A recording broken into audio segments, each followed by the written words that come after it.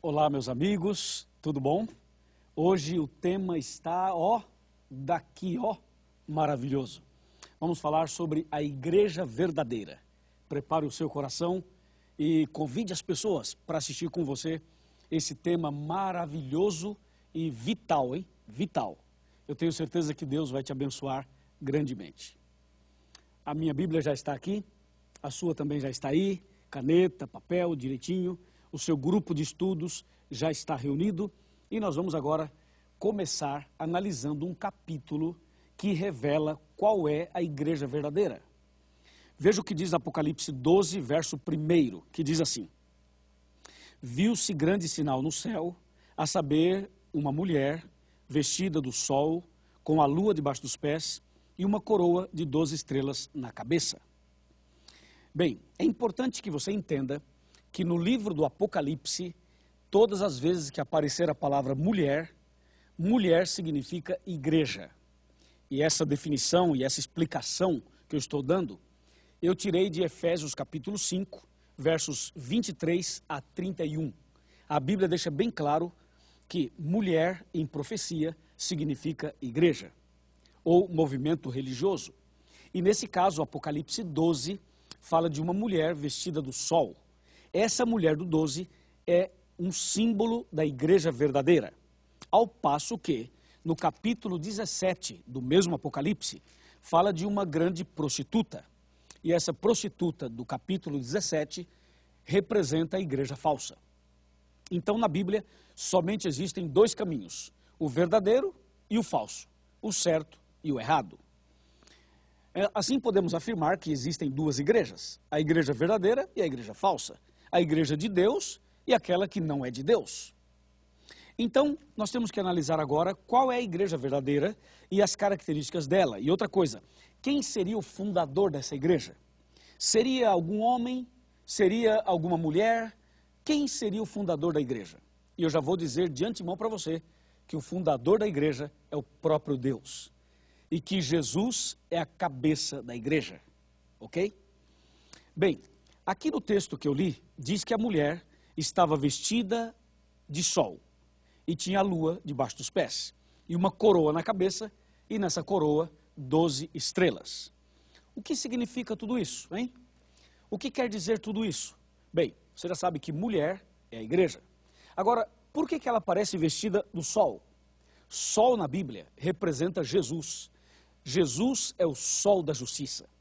Então, quando a mulher está vestida do sol, significa que a igreja estava iluminada por Jesus Cristo. E a Bíblia diz que a mulher tinha a lua debaixo dos pés. A lua reflete a luz do sol. A lua não tem luz própria, ela depende do sol. Então, nesse caso, a lua representa Jesus no Velho Testamento, que era simbolizado pelos cordeiros. Quando a Bíblia apresenta uma mulher vestida do sol, com a lua debaixo dos pés, a Bíblia está mostrando a igreja verdadeira no Velho e no Novo Testamento, ok? A mulher aparece com uma coroa na cabeça. Essa coroa representa vitória. Isso quer dizer que a igreja de Deus, ela seria perseguida, passaria por provas, por tribulações, mas a igreja triunfaria, venceria. Por isso que a mulher tem uma coroa na cabeça. E nessa coroa haviam 12 estrelas. As 12 estrelas eram símbolo de duas coisas importantes. As estrelas representavam as 12 tribos de Israel no Velho Testamento e representavam também os 12 apóstolos no Novo Testamento. Porque estamos falando de uma igreja no Velho e no Novo Testamento. Então a coroa com 12 estrelas mostrando a igreja de Deus, tanto no Velho quanto no Novo, lá as 12 tribos e aqui os 12 apóstolos.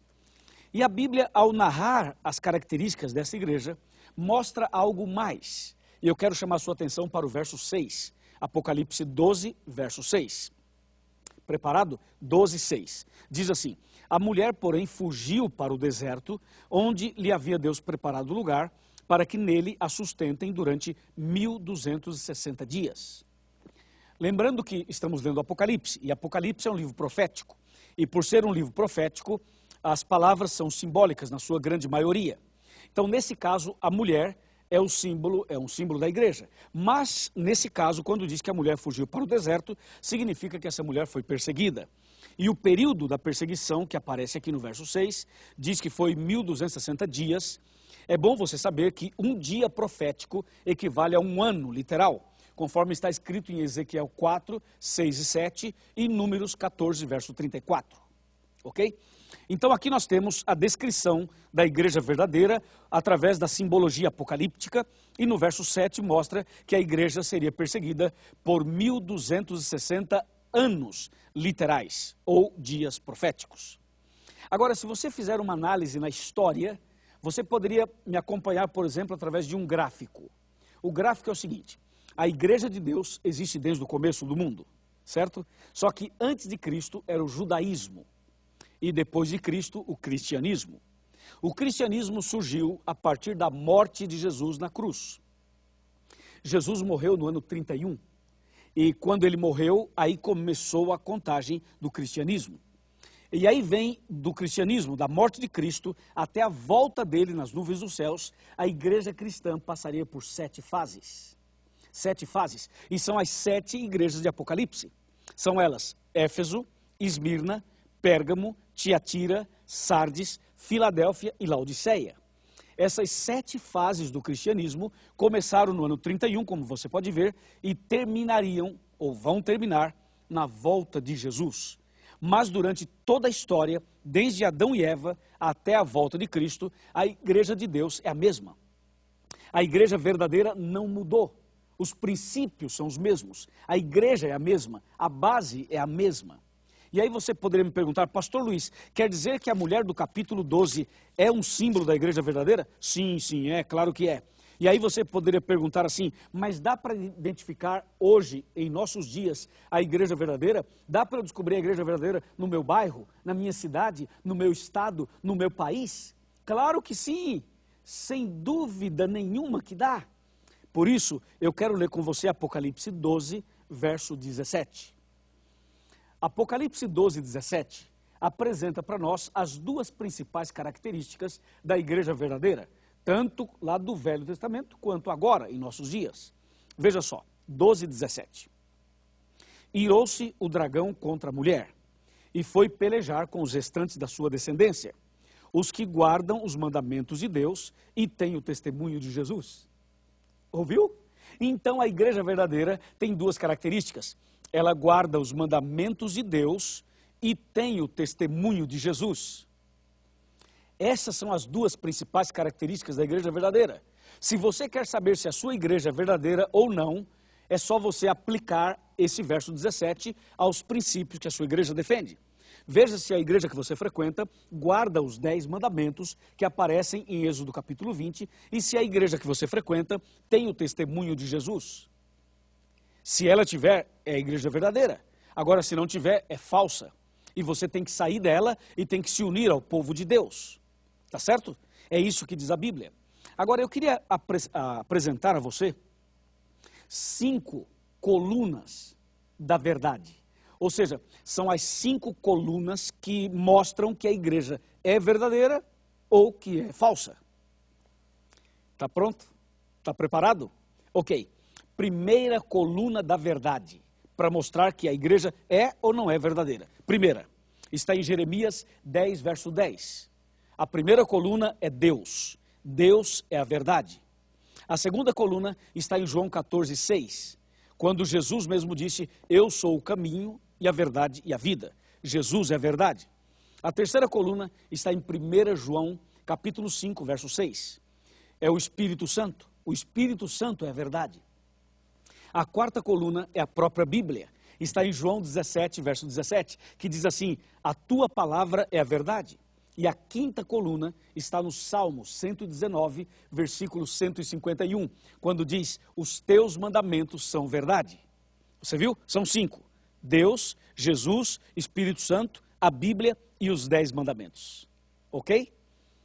E quando você coloca isso à luz de João 16, verso 13, aí fica mais claro ainda, porque a Bíblia diz assim: quando vier o Espírito da verdade, ele vos guiará a toda a verdade. Então a igreja verdadeira, ela passaria por várias situações desde o começo do mundo. Ela foi perseguida, muitos morreram. Durante a Idade Média as coisas se complicaram. O inimigo usou a igreja romana, usou o sistema papal, usou o sistema imperial, usou tantas pessoas para pisar na verdade e para fazer calar a igreja de Deus. Mas Deus restaurou a verdade, Deus chamou o seu povo, levantou o seu povo e Deus então apresenta para nós hoje os princípios da igreja verdadeira. Ficou claro para você? Eu creio que sim. Então agora, para a gente finalizar esse tema, eu quero sentar aqui na minha cadeira e quero bater um papo com você. Ok. Você já está sentado aí em sua casa, eu estou sentado aqui na minha cadeirinha e eu quero chamar você para chegar mais perto. Vem mais perto, chega mais perto de mim. Eu quero falar com você. A Bíblia nos apresentou hoje as duas principais características da igreja verdadeira. É aquela que guarda os mandamentos de Deus e tem o testemunho de Jesus, você já sabe, ok? Mas eu também apresentei as 5 colunas da verdade. Você também já viu. Agora vem cá, você quer fazer parte da igreja verdadeira ou da igreja falsa? Lembre-se que em Apocalipse tem 2 mulheres, uma representa a igreja verdadeira e a outra a falsa. Eu já decidi. Eu decidi fazer parte da igreja verdadeira. Sabe que eu fui sacristão? Fui sacristão por 5 anos. E eu não conhecia a Bíblia, não sabia da verdade. Até que um dia, Deus usou uma pessoa e essa pessoa me ensinou a verdade. Eu aceitei, entendi e por isso eu estou aqui hoje. Sou um pastor da Igreja Adventista do Sétimo Dia. E estou pregando para você, para lhe mostrar também o caminho, a verdade. E se você realmente deseja fazer parte da igreja verdadeira, se você quer fazer parte do povo de Deus, de Apocalipse 12, que guarda os mandamentos de Deus, que tem o testemunho de Jesus, se você quer fazer parte desta igreja, eu quero fazer um apelo para você. Você precisa terminar os estudos bíblicos, mas antes mesmo de terminar, você já pode frequentar a igreja, procurar a igreja adventista. Porque a igreja adventista do sétimo dia, ela aceita os 10 mandamentos e ela tem o testemunho de Jesus. A igreja adventista do sétimo dia aceita as colunas da verdade, aceita Deus, Jesus, o Espírito Santo, a Bíblia e os 10 mandamentos. Então, por isso eu sou adventista. Eu quero convidar você também para ser um adventista. Quero convidar você para ser batizado, para ser membro desta igreja, para ser uma nova pessoa, uma nova criatura, para ser meu irmão na fé, minha irmã na fé, para juntos nos prepararmos para a vida eterna. Então, você aceita fazer parte da igreja verdadeira? Você aceita ser membro desta igreja? Você quer nascer de novo? Ou você tem preconceito? Ou você tem barreiras? Ou você tem medo? Ou você já ouviu alguém fazer alguma crítica por aí e isso criou em você uma certa barreira? Meu amigo, minha amiga, Jesus ama você. E Jesus tem um propósito para você. E está lhe chamando agora para tomar essa decisão. Agora quero ver, você quer tomar essa decisão? Eu sei que você quer. Então vamos fazer o seguinte, se você quer de verdade, eu quero fazer um convite para você. Levanta dessa cadeira, levanta desse sofá, levanta dessa cama e coloque-se de joelhos junto comigo. Eu vou me ajoelhar e eu quero convidar você que quer ser batizado, que quer ser membro da igreja verdadeira de Apocalipse 12. Eu desafio você agora a se ajoelhar, ok?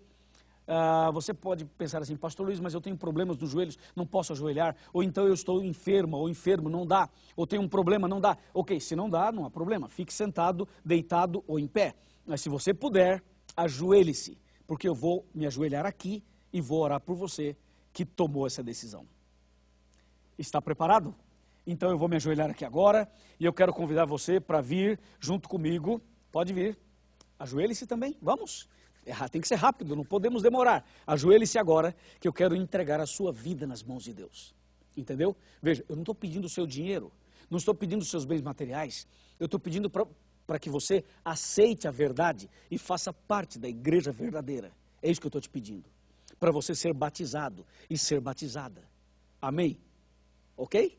Estamos de acordo? Amém. Glória a Deus. Aleluia. Louvado seja Deus. Vamos então fechar os olhos e orar. Querido Pai Celestial, obrigado porque através da Bíblia nós entendemos a igreja verdadeira e decidimos fazer parte dela. Abençoa, Senhor, essa pessoa que se ajoelhou comigo, essa pessoa que está tomando a decisão agora. Que essa decisão seja selada pelo Espírito Santo, e que absolutamente nada venha tirar essa pessoa do caminho da salvação. Eu entrego cada um, esse homem, essa mulher, esse jovem, esse adolescente, essa criança, essa pessoa nas tuas mãos. Obrigado, Senhor, por essa linda decisão. Em nome do Senhor Jesus. Amém.